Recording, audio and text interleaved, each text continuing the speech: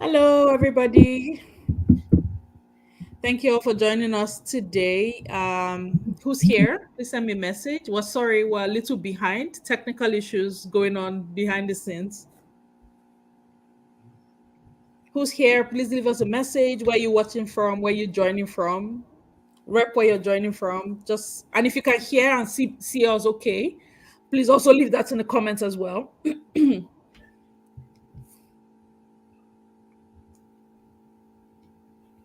The comments are a bit delayed, so I'm not seeing them coming in yet. Just gonna wait. All right, I can't see any two. I only see both our pictures. I don't see the chat box. Do you see comments on the side of the screen? No, just Okay. powered by StreamYard. Oh, okay. I'll pass the message to you then. Okay, so I see some comments coming in now. Lizette from is that Boa, Cameroon? Thank you very much for joining.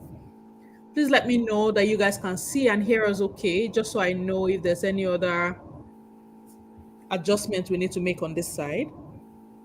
um, so I'm looking here, Mm-hmm. and it says waiting for you.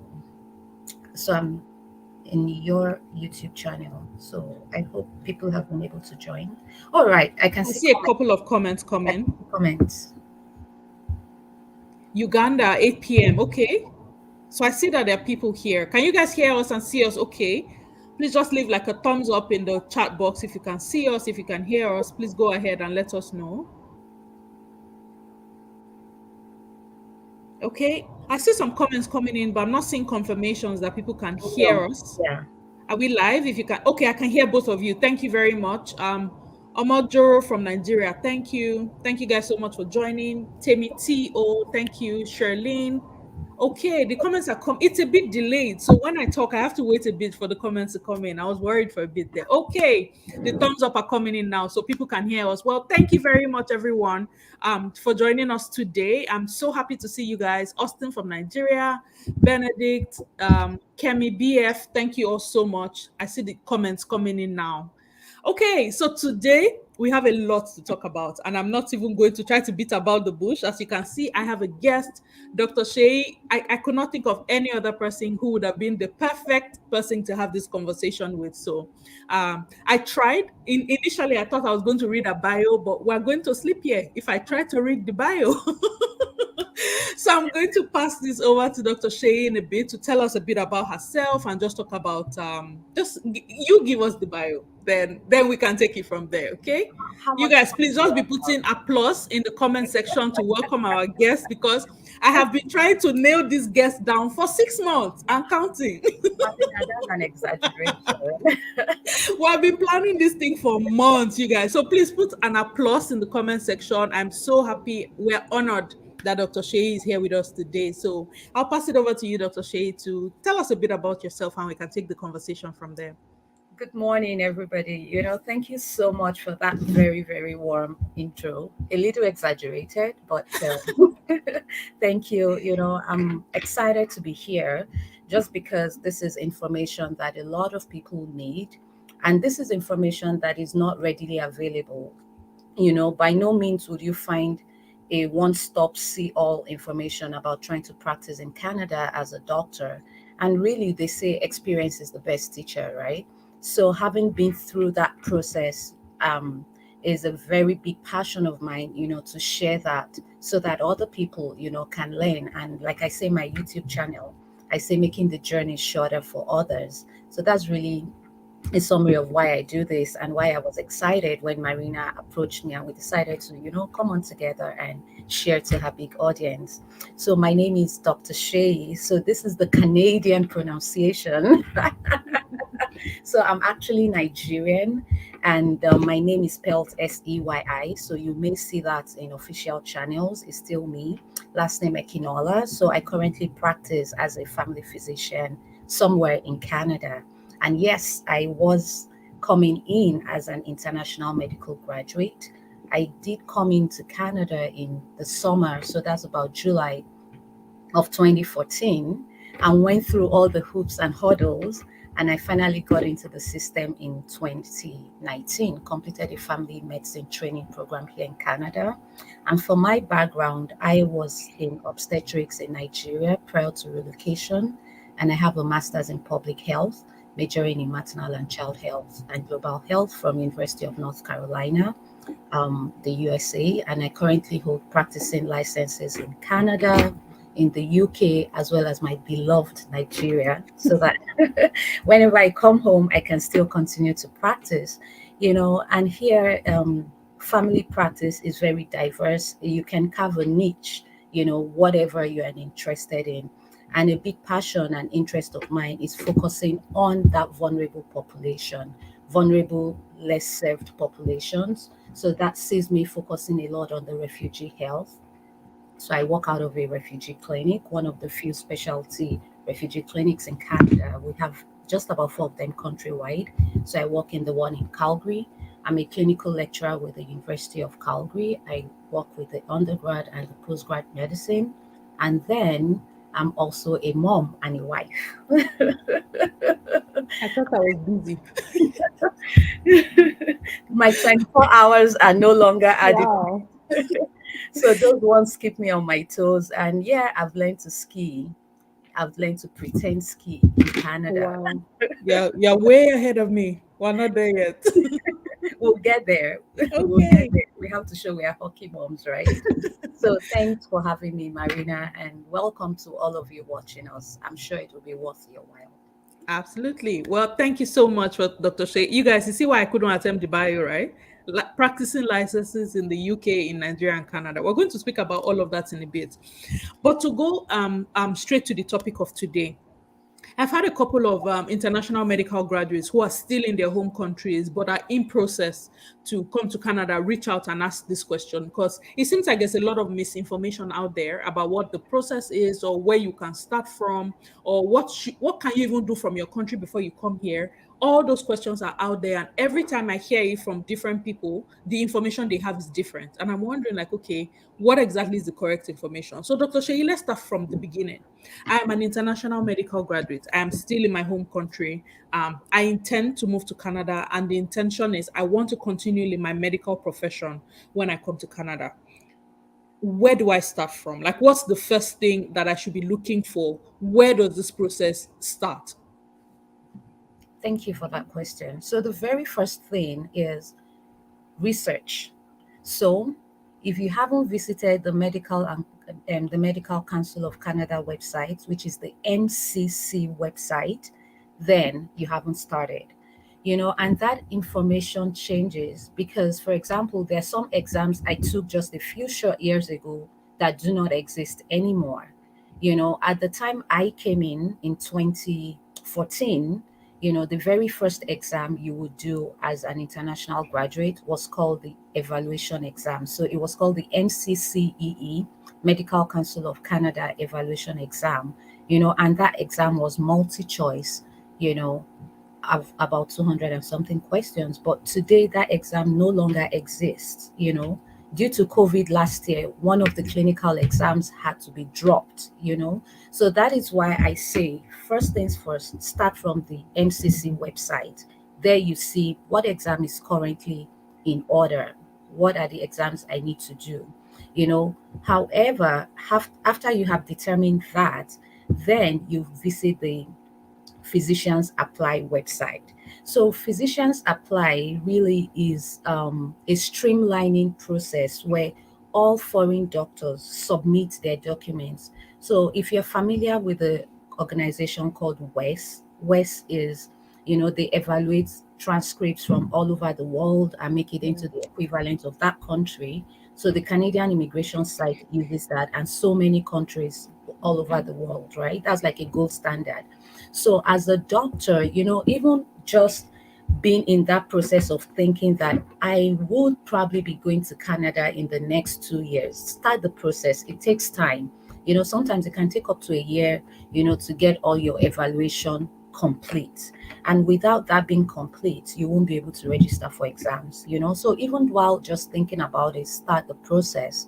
And when you register, you spend some money registering with the organization. physicians apply. And when you do, all the list of everything you need will be asked. So it's different person to person.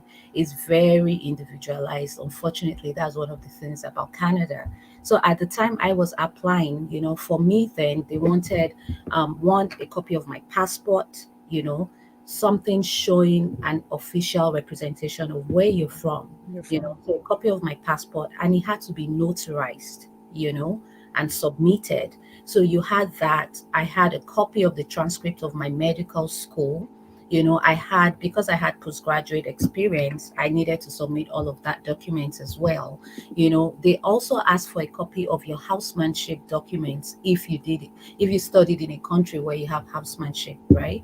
So all of this is verified. And how do they verify this? So they receive it and then they send it back to your home country, to the issuing organization, who then verifies it, endorses it, and sends it back. So you see, it's a process.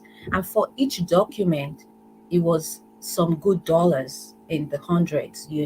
So it's certainly not a cheap process. So while you're thinking, I want to come to Canada, start building up that account. Because aside from immigration, for this process, unfortunately, Canada is the country with the most expensive licensure for a doctor all over the world is Wow. confirmed. So those are like the very first things you should start to do. So you don't have to be here to process that registration. And once complete, you also do not have to be here to do your first exams anymore.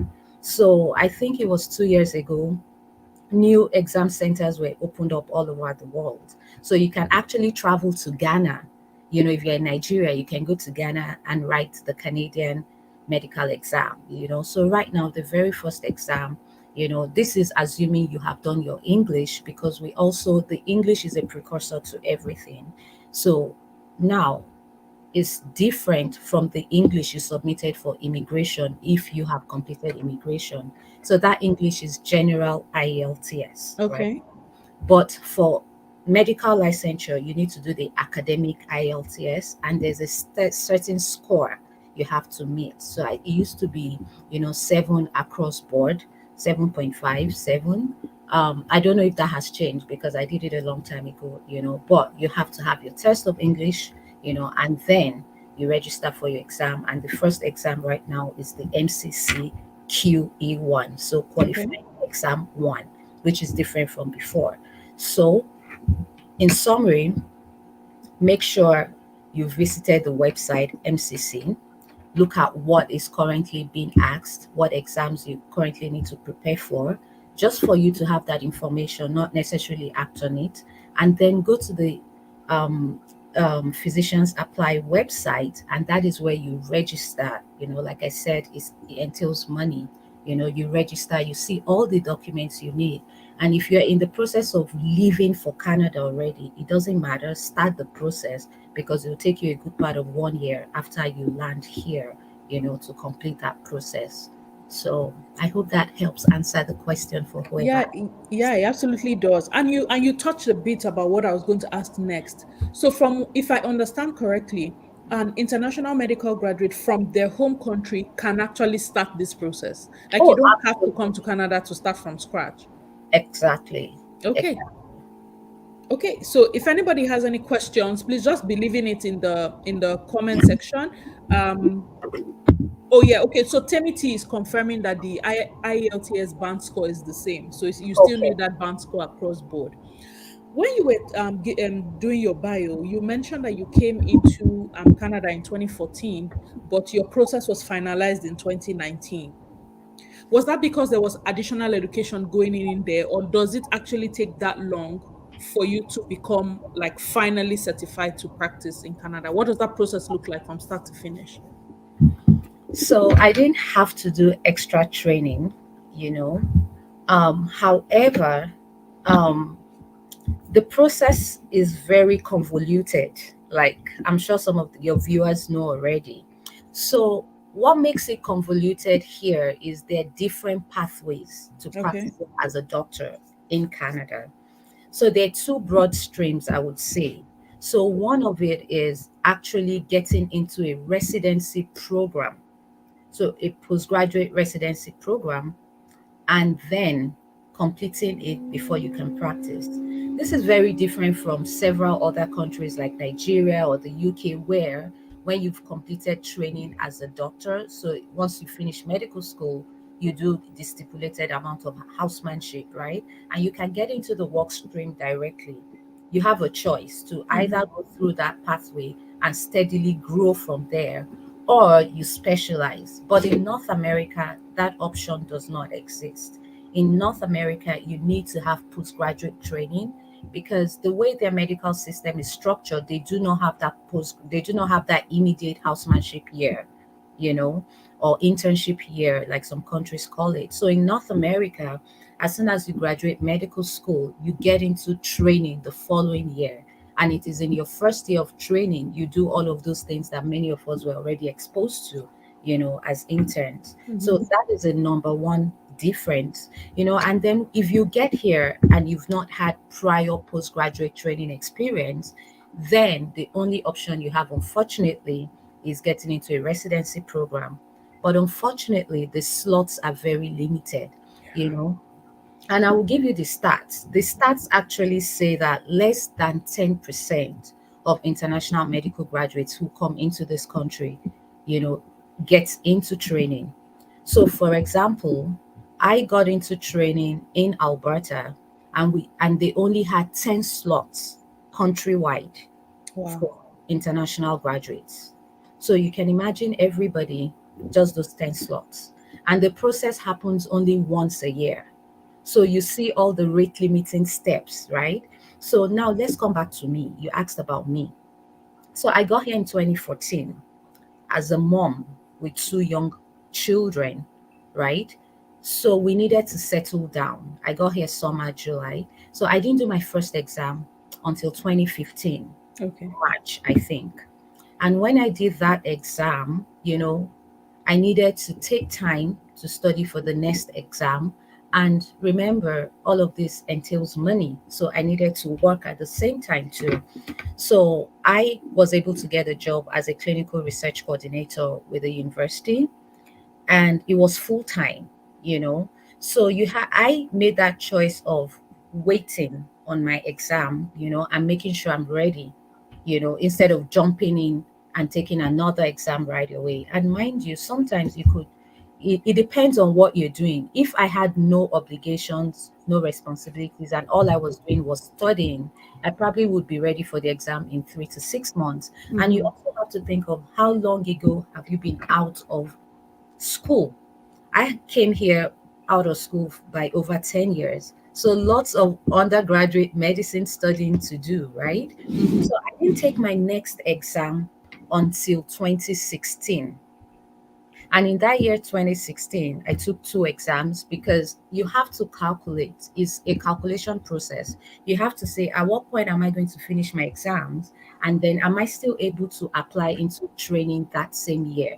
Right? So the applications for training go out in November. That's when you begin to submit these applications. But all year you're getting ready, and it's different province to province. In Alberta, the application process starts in May in Alberta, but that's different from the rest of the country. So you have to calculate, s- you really have to calculate that. So I calculated that if by 2016 I'm done my exams, then I can apply in 2017, right? But remember, you plan, but you really don't know what happens, right? True. So the two exams I took in 2016, I failed one. And then for the other one, I was in the top 5 centile. So excellently aced one, which was the clinical exam, and then failed the QE one. So that has set me back by 1 year, right? So, and for a lot of us in medicine, we're type A personalities. When you fail is an insult. You've Yeah. never failed, right? I was coming from a background of, for my WAEC, I had all A's, so it was an insult. So you first of all have to deal with that emotional and mental health struggle, then wrap your head around it. And this is about $2,000 in loss, the Wow. exam, right? So, anyway, back to the drawing board. So, what I did for myself, for my sanity, because coming into this country, I told myself it takes 3 years to get a Canadian citizenship, which was my plan, right? That was why I was here. So I told myself at the end of that 3 years, if I've not started practicing, I should start thinking of a plan B. There are other countries where my degree will be recognized, right?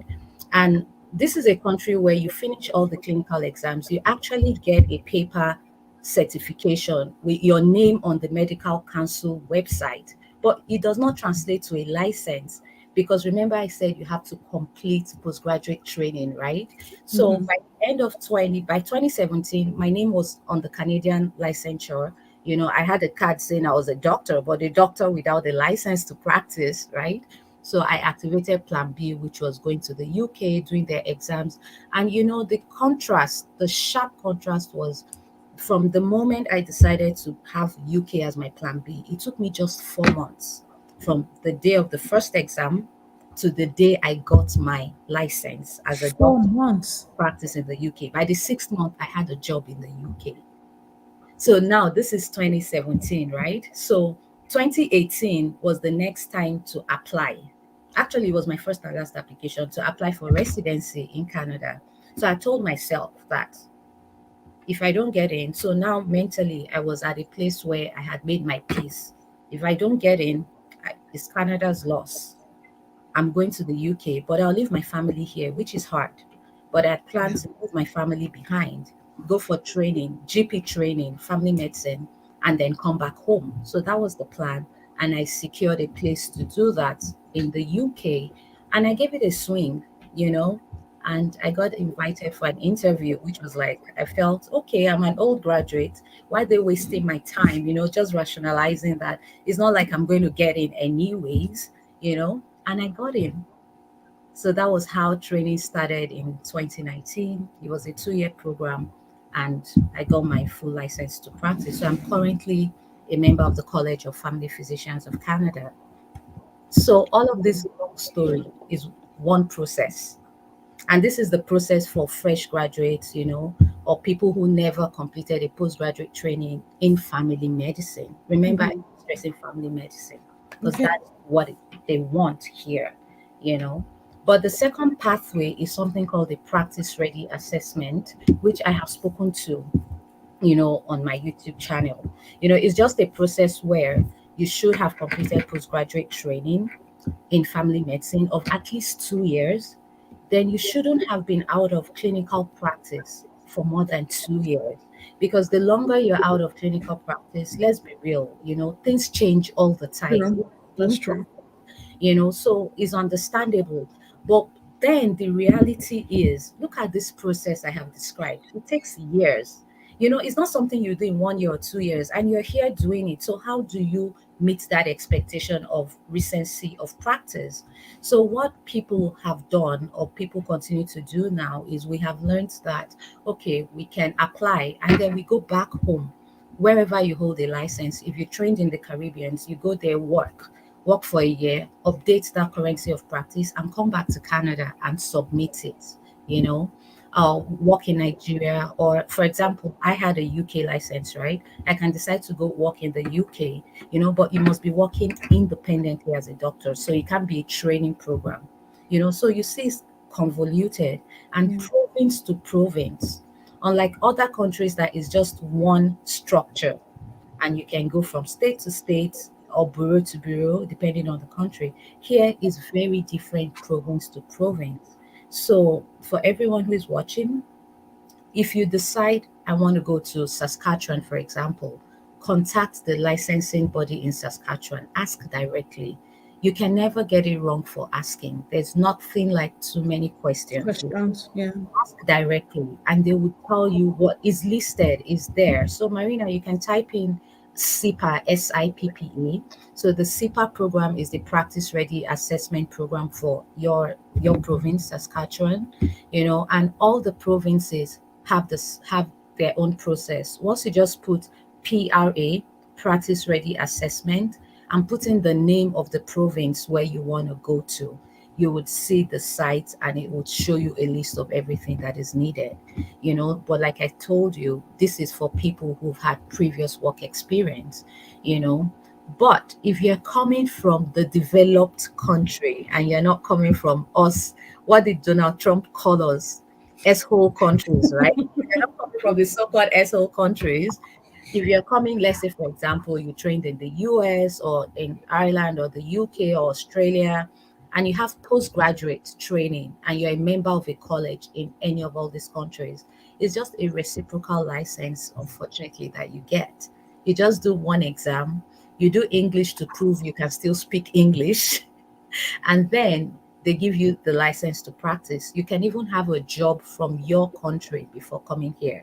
You know, they will hunt you down once they know that you're a doctor, you're licensed from the developed countries, and you want to work as a family doctor in Canada. There's a big need, there really is a need, but what kept me going and what keeps us going, a lot of people in the process, is focusing on that goal. You have a goal, you have a plan, you have a reason for wanting to leave your home country, because you're going to be tested and tried along the journey.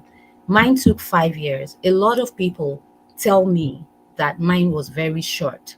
I know people who got into the system 12, 13 years after they got to this country. But I also know people who got in 3 years after they got to this country. So don't be deterred. You're going to hear so many things. You need to focus and decide that I'm not listening to random noises. But at the same time, you have to be smart. You need to have that smart goals, specific, realistic, timely goals. Write it down, put timelines. And if this is not working, what's the next thing to do, right? So,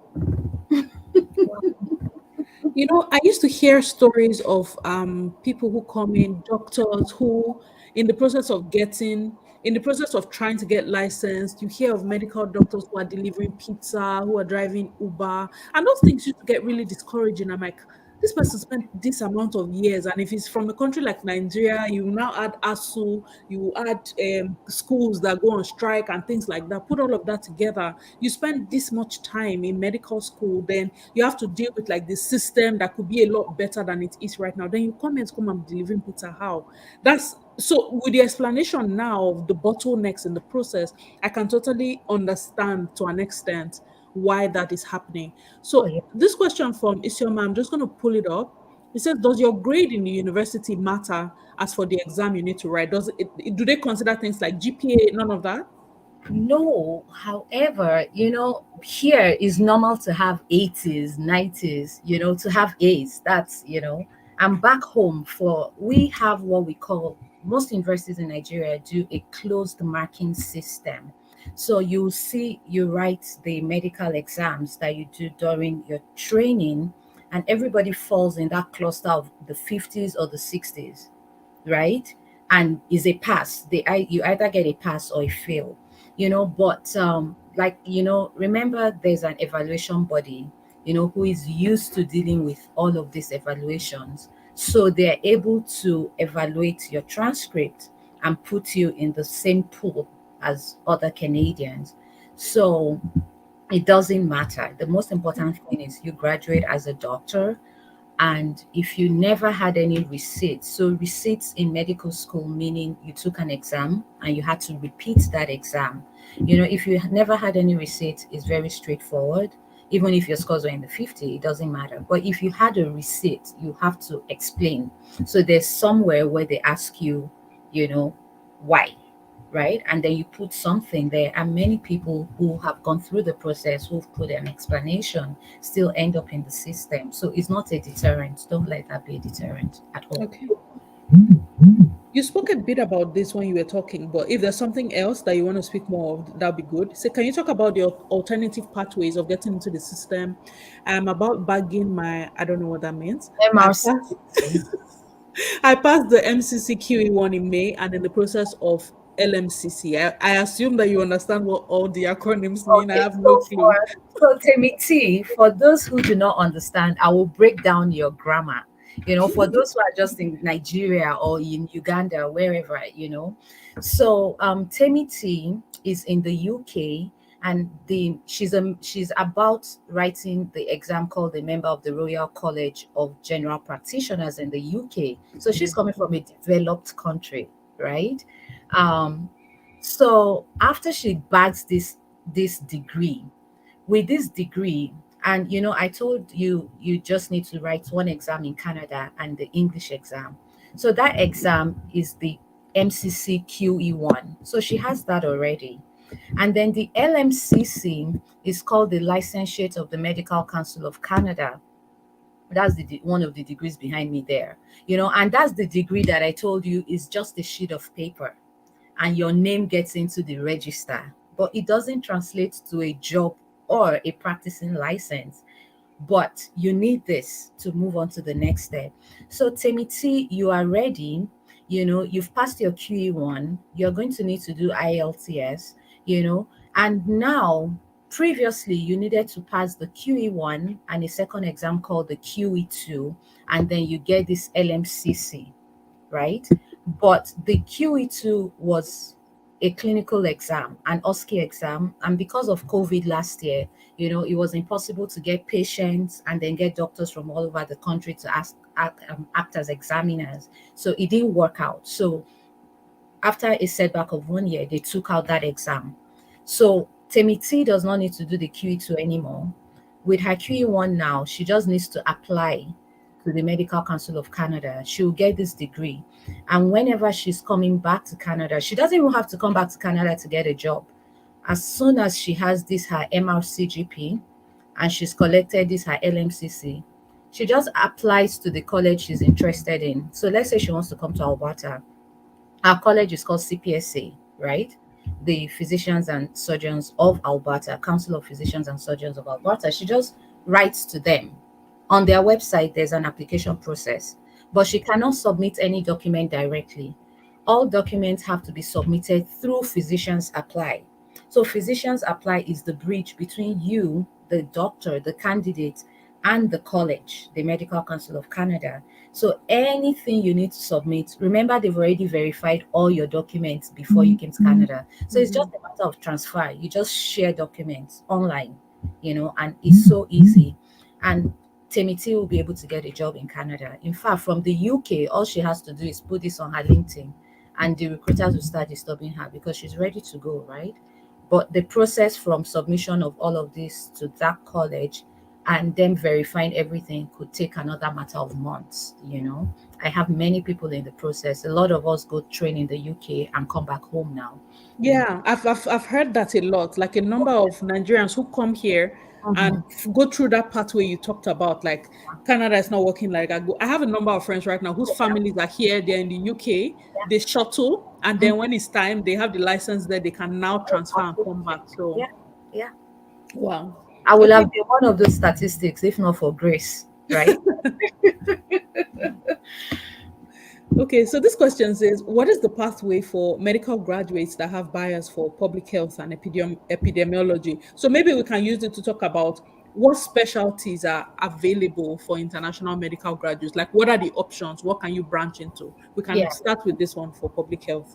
So Moses, the truth is you can get into public health here, right? But I told you is a calculated process. So let's come back to my province. For my province, as a family physician trainee, I had 10 slots for countrywide. For public health, here is one slot. So you ask yourself, what am I bringing to the table? So let's use me. At the time I was applying, I graduated from med school in 2005 or something, and I was applying in 2018, right? So this is about how many, at least a decade, 13 close years later. at least, right? So I asked myself, what are my experiences in public health? Because I'm going to be is you will just assume that it'll be easier to train a young graduate, that they are amenable to training, they are moldable, They're they are not fresh. set Yeah. in their ways, they are fresh, right? That would be your general assumption, that trying to train this doctor of 13 years experience that probably will come and be trying to bust unfortunately you have that notion that I won't be able to train this person. So I think about that and what am I bringing to the table. So at the time I was applying for public health, I was bringing with me experience and I just had a degree. I had a master's degree in public health from the US. right? And I had done some work in the US in public health. So that was a plus. So it made sense to apply. So, Moses, if you have a public health background, you know, there's something called the medical officer of health, who is supposed to be the principal officer for public health in the jurisdiction. So it could be at the provincial level, it could be at the town level, the small towns, the more rural you are, the easier your chances. So there are people who've come from outside the country, like yourself, who, I don't know if you're a public health physician from your country, you've done that training in public health, you're here, and maybe you also have international exposure, maybe you've worked in other countries as a public health physician. All of those experiences add up. You can apply for medical officer of health. If you don't apply, you wouldn't know. So apply. At best, you'll get an interview. At worst, they'll say, oh, no, we're sorry, right? Or there are people who come in here with all of that wealth of experience and decide to come here and do a master's in public health first, or a PhD in public health first. And with their PhD, they keep working in the public health sector. Or if you want to do clinical public health, and you're not in policies, then you apply for residency and they look at what you've got. So I know people who've gotten in that way. I currently have a trainee in her second year of public health training now. She got in last year, and this girl had no prior public health experience, but the only thing she did for herself was she started a master's program here in Calgary, and at the end of her program, she applied to public health the following year, and she got in. She got that one coveted slot, and right now I know someone who got an interview this year who did not have previous postgraduate training in public health, but has a degree from Florida, University of South Florida, a public health master's, and she bagged that degree in 2016. And from 2016 up until this year, she's been working in public health research, right? So she's put all of this together and she's applied. I don't know if she's going to get in, but you have to ask yourself, what am I bringing to the table in that specialty to increase my chances? So, yes, they exist, but it's very limited, and you have to calculate and ask yourself, do I have a chance, right? Okay. And that's Moses' question. And for Mhm. your question of what specialties are available, the truth is you can do any specialty you want, but you ask yourself, what are my chances?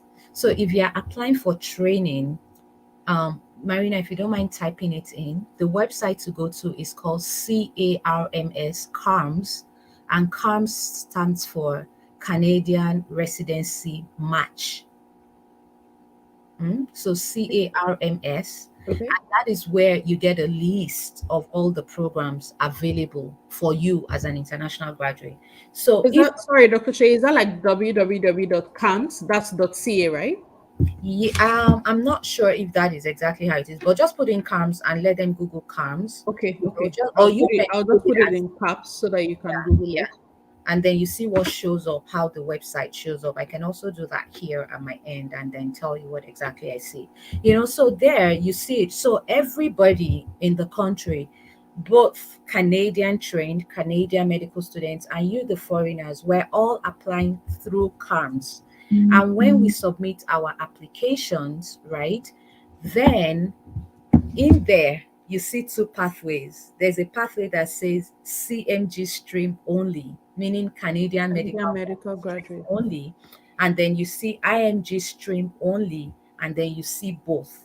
Then you now see all the specialties available in Canada.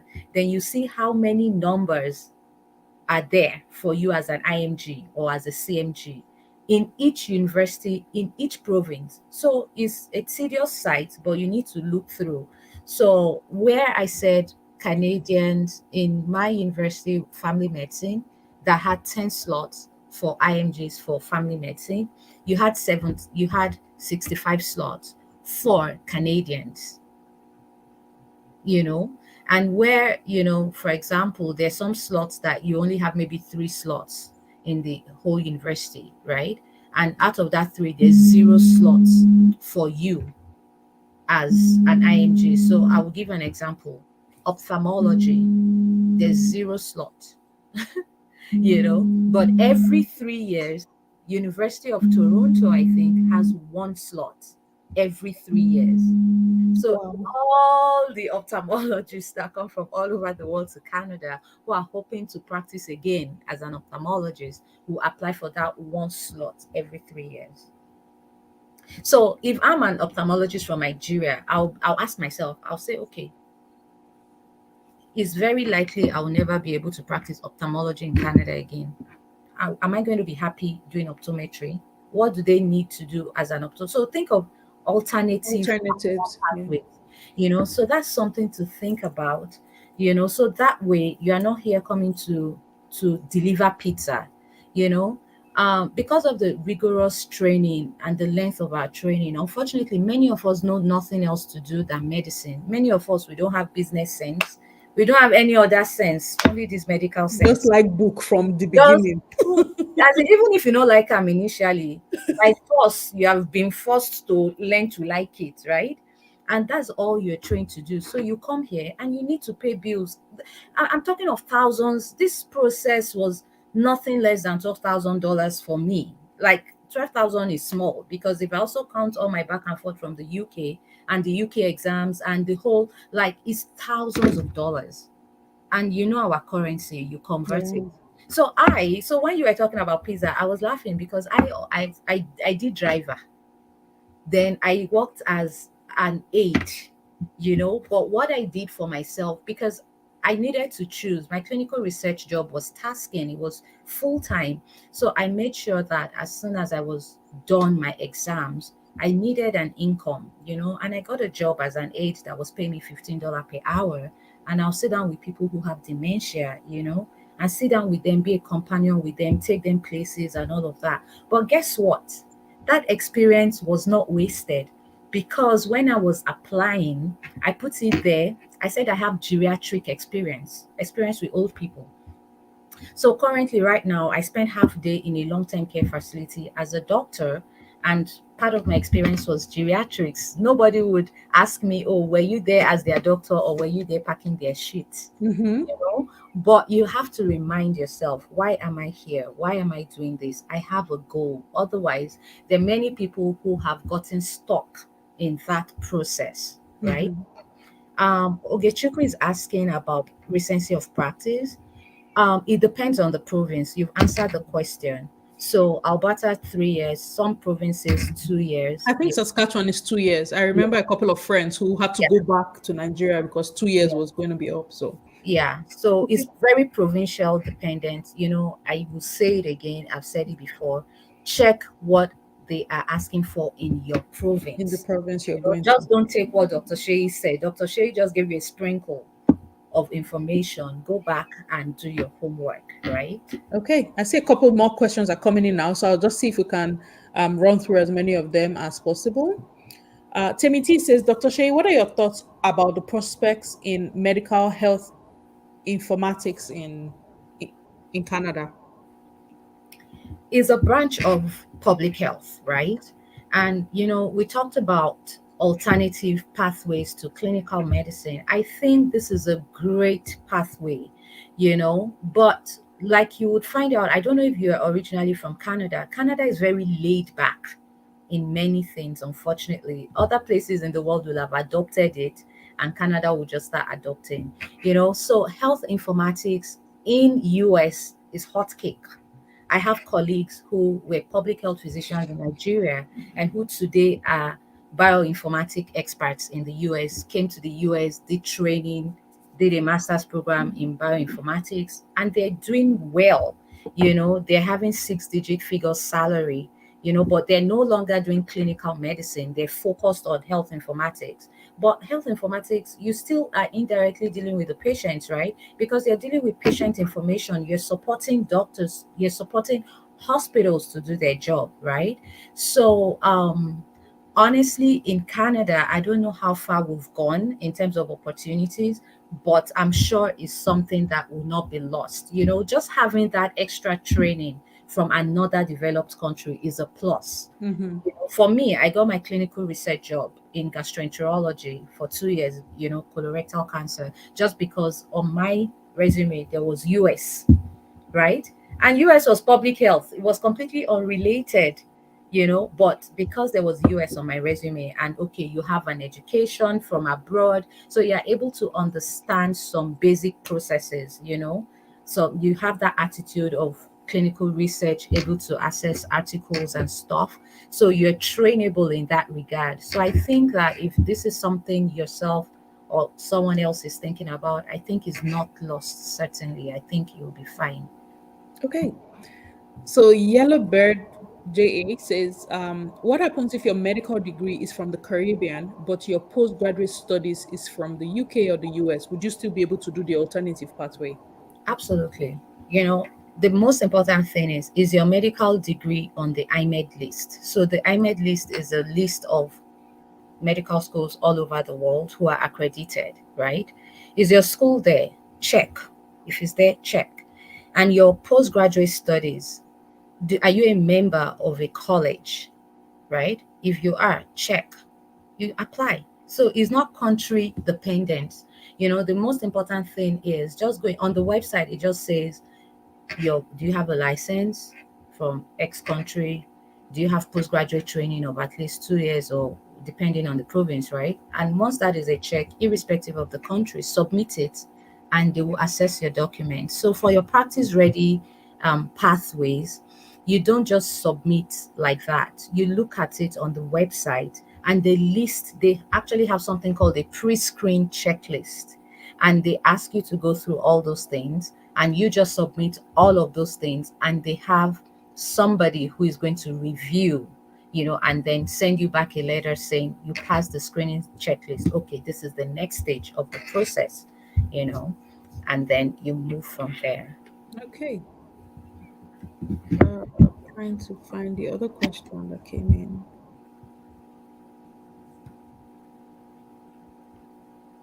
Okay, Ogenekome is saying, does it mean that those entering through the MPH, which I believe is Masters in Public Health, don't need to write the QE1? Marina, what do you think? You've been part of this conversation, so you should be able to answer some of these questions now. Please, it's microbiology my brain could carry. That's where I stopped. Okay, okay. So, Ogenekome, no, you have to write the QE1. So, I will go back to our initial conversation, right? Um, Marina, this may be a good time to actually put in the details of my YouTube channel, Okay. because I have actually spoken in detail about, I think I called it Relocation 101 to Canada as a physician. So you can check the channel and you'll find that information. I gave a breakdown. So if you are coming to this country, it doesn't matter if it's alternate route or residency, whatever. There requirements you must fulfill, right? So it's called IMG Chronicles with Dr. Shayee. So you Okay. have I'll to put write the with Dr. QE1. Shayee there. Yeah. So you have to write your QE1. That is your rate limiting step. Remember, without your QE1, you cannot have your LMCC. And your LMCC is what puts your name in the register as a doctor. So it's one thing to have your name in the register, then it's another thing to have a practicing license. So no comment, you still have to do your QE1. You still have to go through the process of your verification that we talked about earlier, before you can even apply for anything at all. So if you visit those websites of practice ready assessment, is there on that pre-screen checklist. Your MCC QE1 result is one of the things that has to be checked off. Okay. So while we're waiting for other questions to come in, Dr. Shay, let's speak a bit about the actual work. Now that you're licensed, you're now working as a doctor in Canada. Can you compare, like, what's the experience like compared to working as a doctor in Nigeria or any other country where you've practiced? Were there any cultural differences? What were the challenges you faced initially working as a doctor in Canada compared to your experience from other places? I don't know if I'm the best person for that question, just because I've had the exposure of working in this environment across different countries. Even at that, It was a huge socio-cultural integration. And I first had that shock when I was in the US, right? So I'd had that dipping my feet and getting wet. So it was easier, much easier, you know. But having practiced as a physician in Nigeria and practicing here, and then again, I went through training here. So I've been You were schooled. prepped. I was very prepped. That's different from someone who practice ready. You're coming from Nigeria, you applied, you got into practice ready, and then you get dumped somewhere all by yourself. Right? So, one of the big differences, you said it already. You see that word cultural integration is a big word, it brings in so many things. First, let's talk about attitude. Back home and in many other developed countries, the doctor is the boss, right?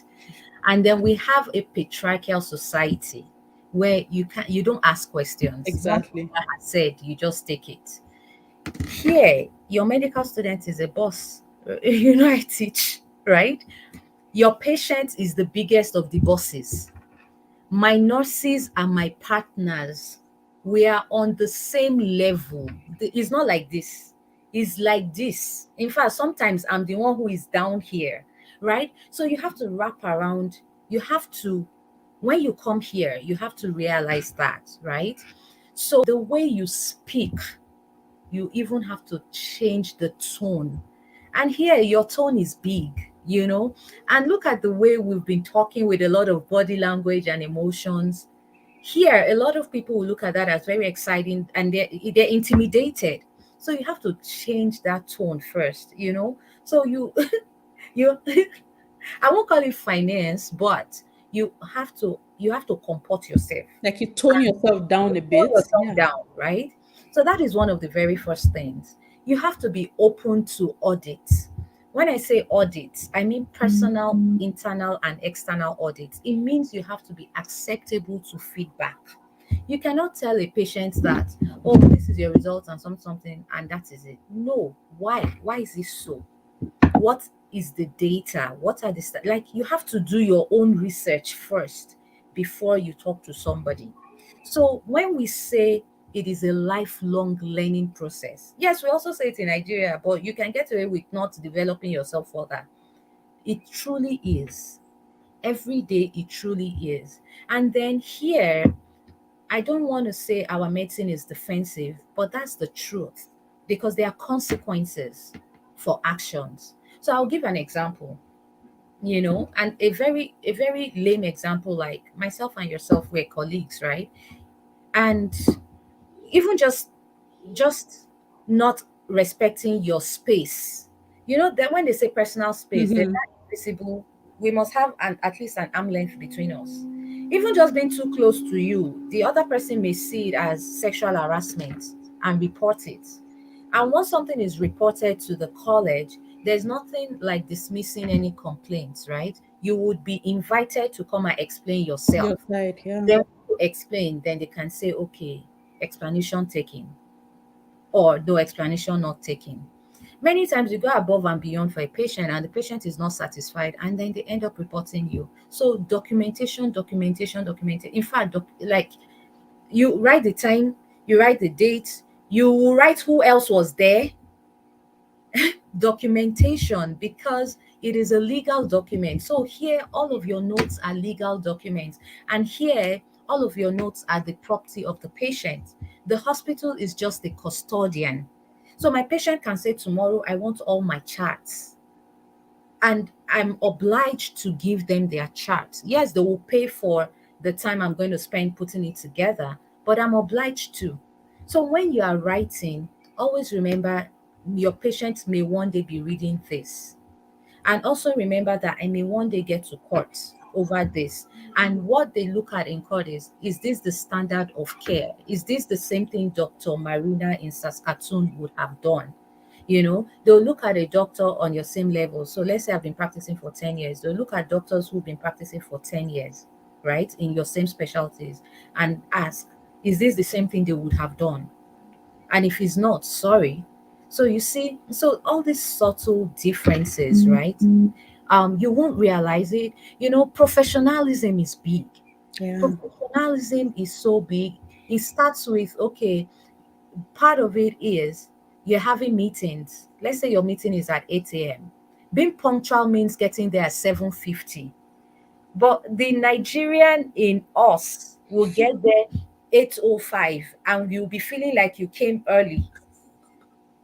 Really, after some time, you adjust, you Mhm. realize that, oh my God, I'm embarrassing my forefathers, not just myself. And people are saying these things because you would ask, they do regular appraisals and they do 360 feedback, meaning it's not just your colleagues and superiors they ask every other member of your team and they're anonymous. And they even ask the patients, Patience.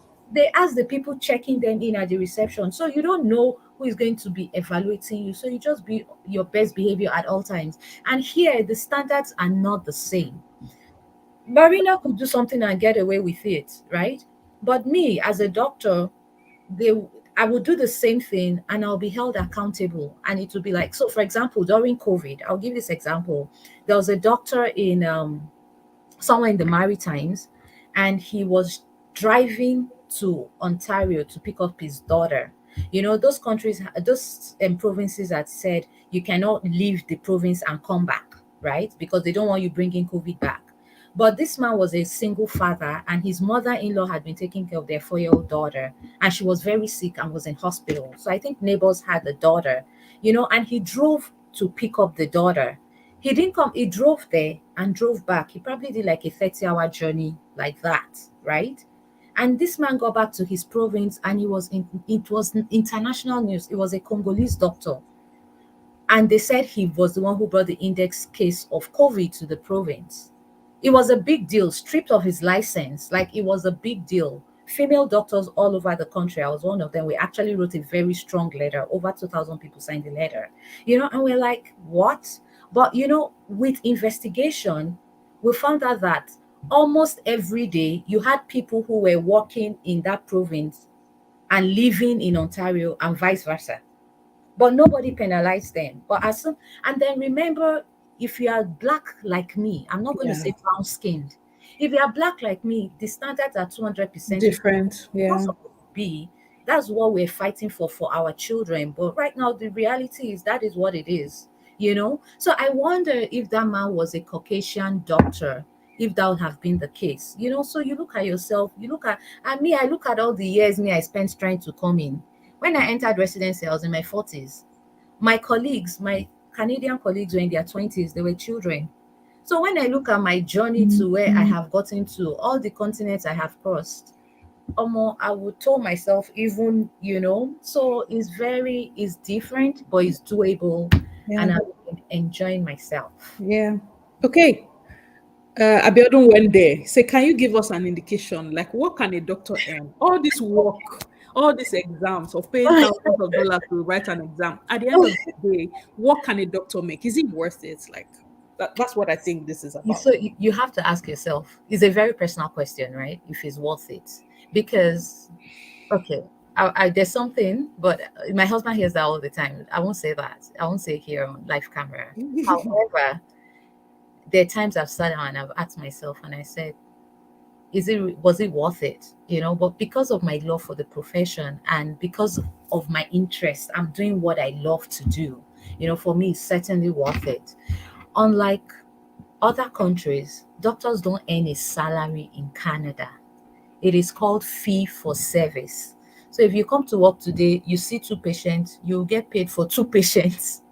you know so there's nothing like a broadband salary across board, and then province to different province is very different. So for example, last before pre-COVID, we were not paid for seeing patients virtually or remotely. It was $0. If I'm calling a patient, is at my own personal expense. And unlike, I'm guessing Abiodun is calling from Nigeria, unlike in Nigeria where you're working for government and you get paid a certain salary, here Mhm. it's not so. Government pays you per patient. So here we are actually business owner. Family doctors are business owners. So you set up your practice. And remember, when you set up your practice, you are going to pay rent, you are going to pay staff, you have equipment. So let's say, for example, government gives you $100 per patient for, and they pay you per time. So if you spend 10 minutes with the patient, it's very different from 15 minutes with the patient, and it's different from if it's a psychiatric problem or an obstetric problem, or so it is so regimented, so differently regulated. And out of for each patient that you see, they advise us. So you have to have an accounting management course, right? And we are advised that of your total income, just set aside 30% for your overhead. So your overhead is paying your nurses, your clinic, Your your all reception, medical assistants, and those that's people. your overhead. Then from your remaining 70%, right? Set aside 30% for tax because you give it back, right? Mhm. You set aside 30% for tax, and then that other 40%, okay, you can now decide. And in Canada, as a doctor, you do not have a pension, you do not have a gratuity, you don't even have insurance. I have to pay for my own health insurance as a doctor. So let's assume that you are paid 200,000 per year. Those are the values you see. So if you go Glassdoor, oh, they say, oh, the doctor was earning 150,000 per year.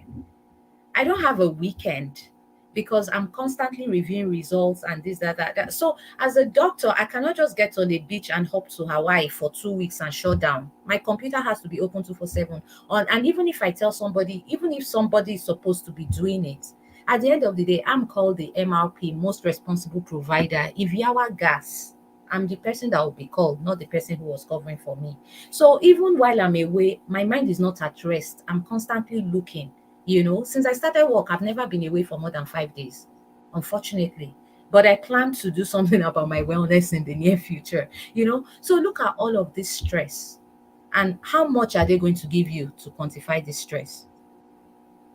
So you ask yourself. So, like I said, it's very personal, right? And then if you're starting your career in your 40s, like me in this country, it's not about rest though. You are looking at how many more time do I oh tell me you won't stay for your England.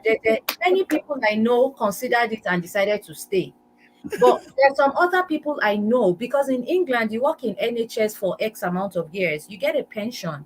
But then some other people ask themselves and say, you know what, you see that quick money, I will work 7 days a week, work no the key person, I will work. But you're a human being, so that's why it's difficult to answer that question of pay. But you can actually go to like Glassdoor and put it there, oh, doctor in this province in Canada in this specialty, how much, and you have an idea. But when you're saying that number, remember there is only 30% of that number that follows you home eventually, Yeah. right? But as a doctor, you have a good credit, you are credit worthy.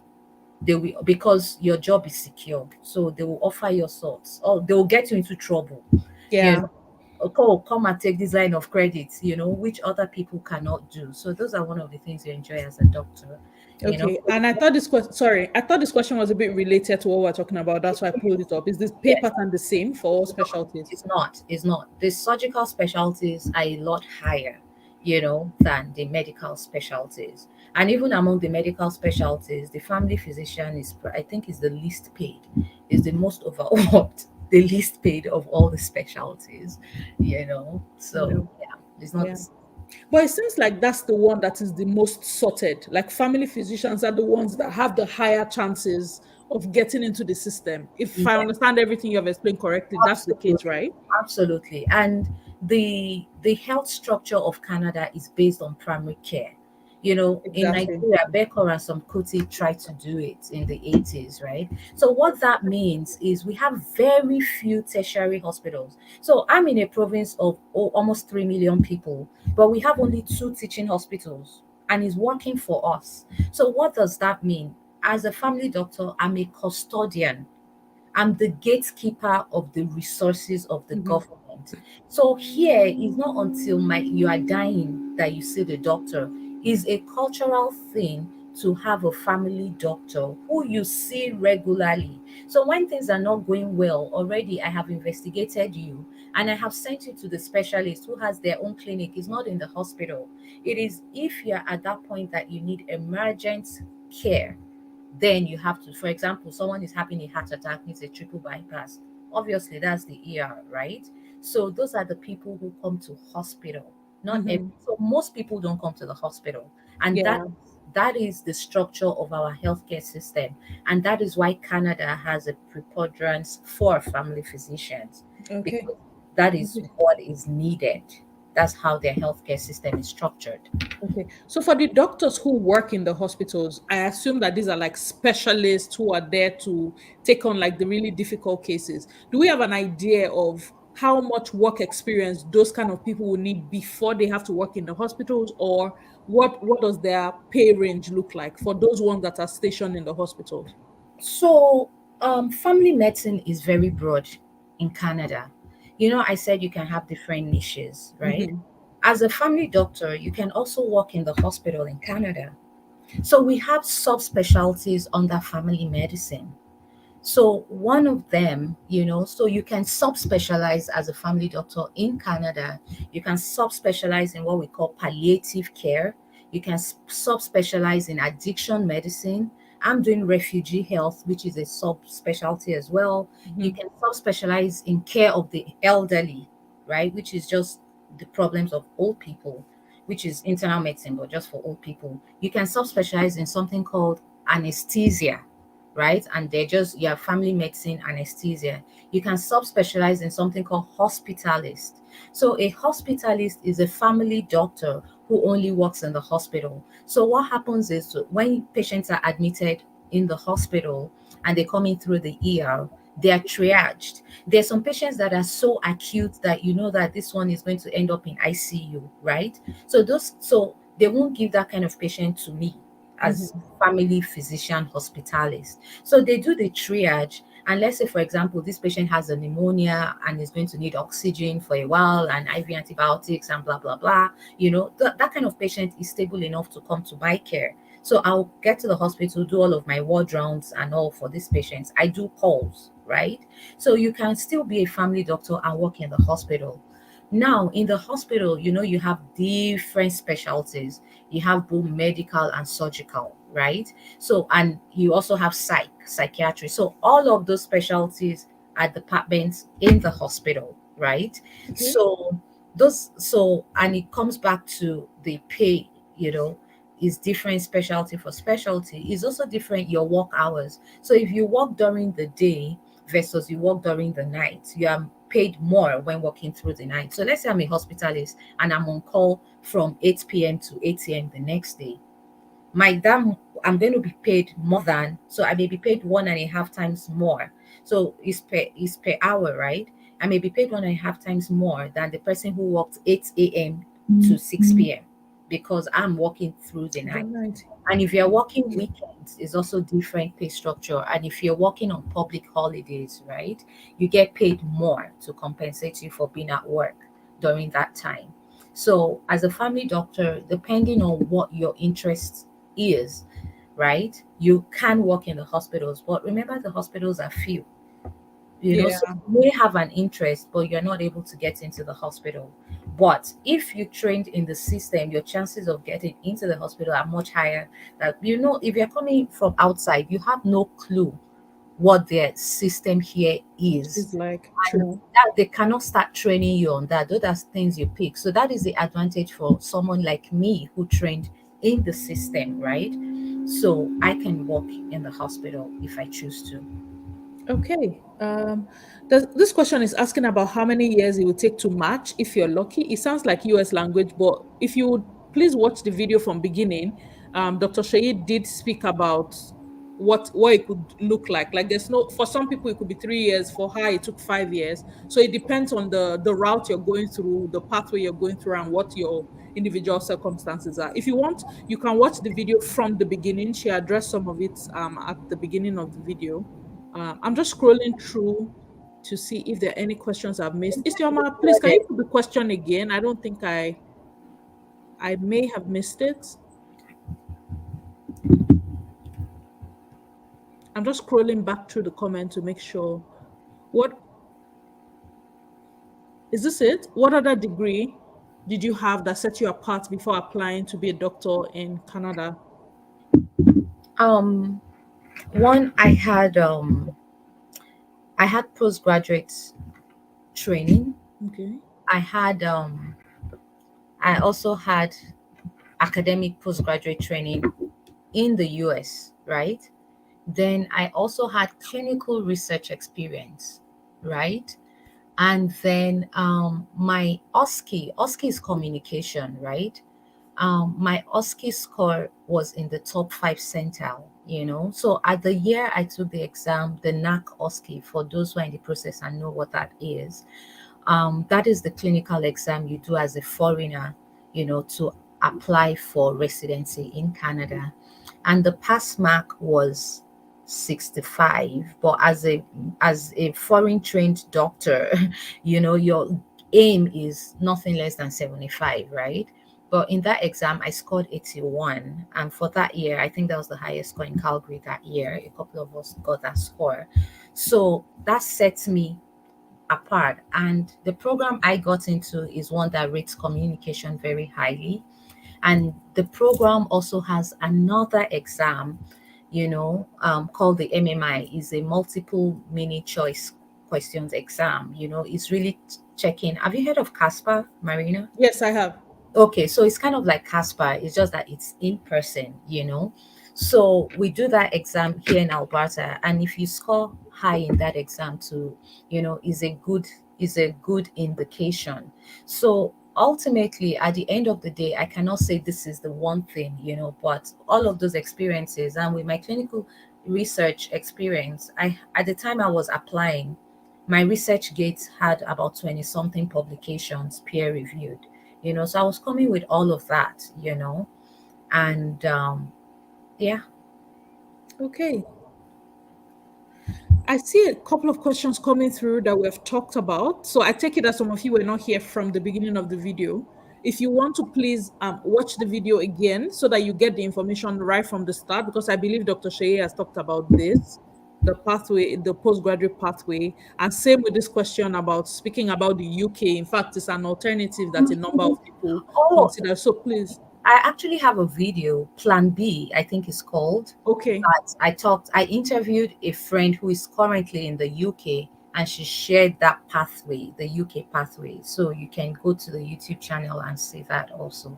I'm just scrolling back now to put, so Dr. Shayee is on YouTube at IMG Chronicles with Dr. Shayee, and she has a number of videos there where she has gone into more detail on some of these processes. So it might help you to please go to the channel, subscribe, and check out the videos. If you have questions, you can put them in like the comment section of the videos, and hopefully when she sees it, she'll be able to respond Yeah. to what she can respond to, because I mean, understanding all of how doctors are paid.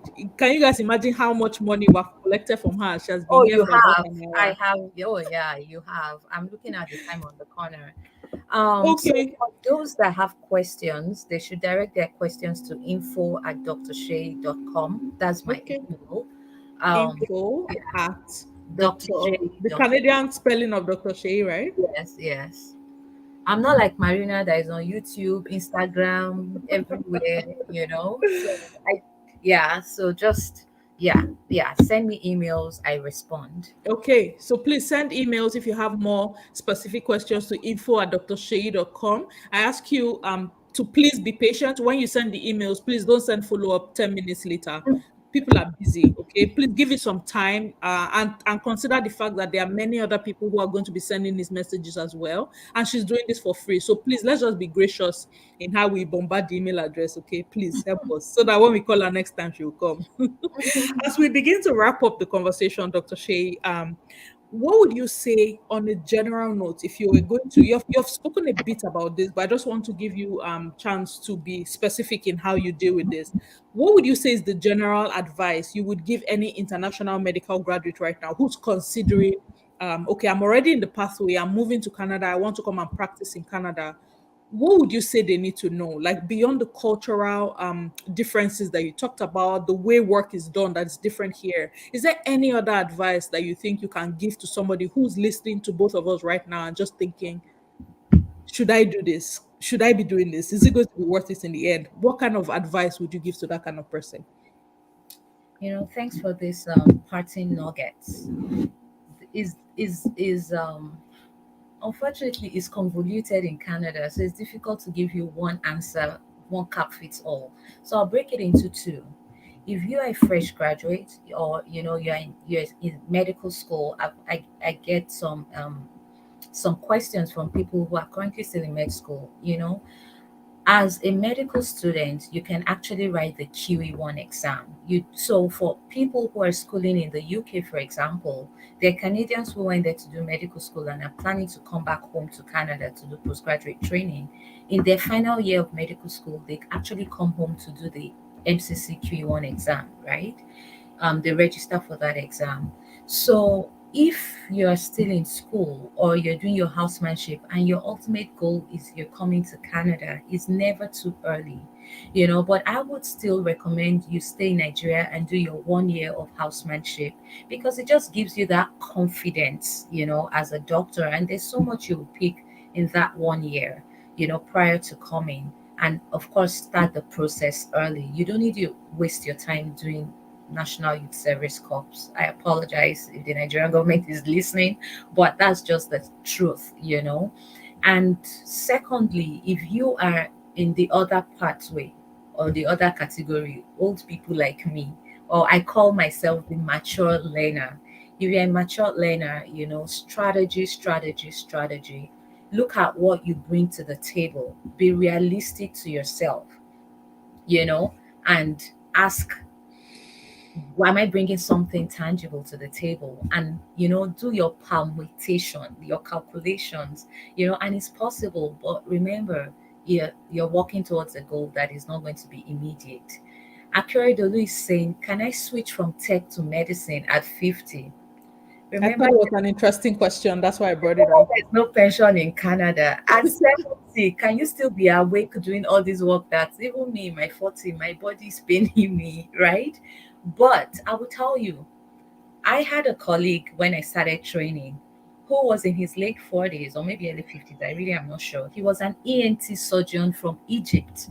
Do you know what it takes to be an ear, nose, and throat specialist? He was an ENT surgeon from Egypt, and he also had practicing license in the UK. So he used to go and locum in the UK as an ENT surgeon.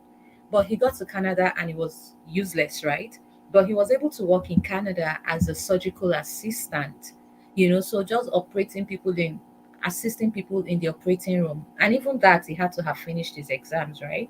But he matched into my program. We started family medicine training together, and he finished as a family doctor. And today he's doing family medicine, but he's working with a team of ENT surgeons. So he does all the new consults. So every time there's a new ENT referral, he's the doctor who sees them first. And if they need surgery, he sends them on to his ENT surgical colleagues. So he's like an ENT medical colleague. But see how he brought medicine back to his initial degree, right? So that is an option. And I also met somebody here who came to this country. He's a Nigerian. He didn't study medicine in Nigeria. I think maybe biochemistry. I don't know what he studied, but something in the sciences. And he went to Germany for a postgraduate. He did a PhD in Germany, and while there, his family applied for the Canadian immigration, and they moved here. This man has 4 or 5 kids, I'm not sure. And after working for a few years in the university in research using his PhD, he decided to study medicine. And he studied medicine in Canada. He studied medicine in Canada. I know he had an award for the best, maybe the most inspiring medical student in his set or Wow. something. He studied medicine in Canada. This man is also involved socially. He's actually the president of one of the Nigerian community subgroups. So he's living his life parallel to chasing this dream. And this guy is graduated today as a doctor, and this guy is about rounding up his family medicine training. He got into family medicine. So So there's hope for even there's the hope. people who don't have medical. You want to become a doctor here, you can go back and study medicine here. You just need to be ready emotionally, physically, financially, mentally. Just be ready. Wow. Thank you so much for your time, Dr. Shayee. I really appreciate the time and the money that you have sacrificed to come and pass this information. I We will can't collect we it in can't take blood that. from you. Please, you guys subscribe to the channel so that we'll have money to pay Dr. Shayee when she comes. Okay, so I'm just gonna scroll back up and put your YouTube channel again on the screen, guys. Please go check out Dr. Shayee's channel. Go and subscribe. Tell her thank you from the Marina Esiri family. Thank you so much. I'm scrolling up to see if I typed it there, but the comments are a lot. So, oh goodness, the comments are a lot. I have to scroll through. It's IMG Chronicles with Dr. Shayee. That's what the YouTube channel name is.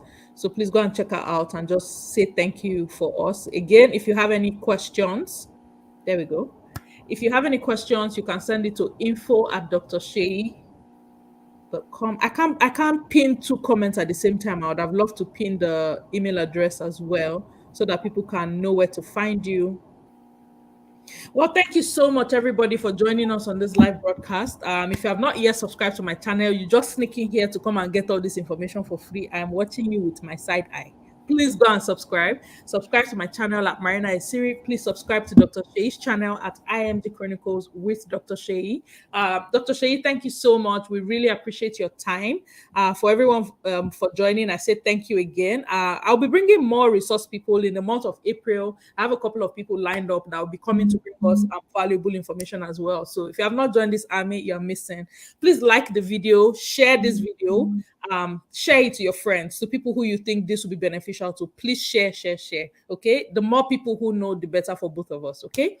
Well, thank you so much, everyone, for joining. I would see you in the next one. And until then, it's Marina saying thank you and have an awesome day ahead. Bye, everyone.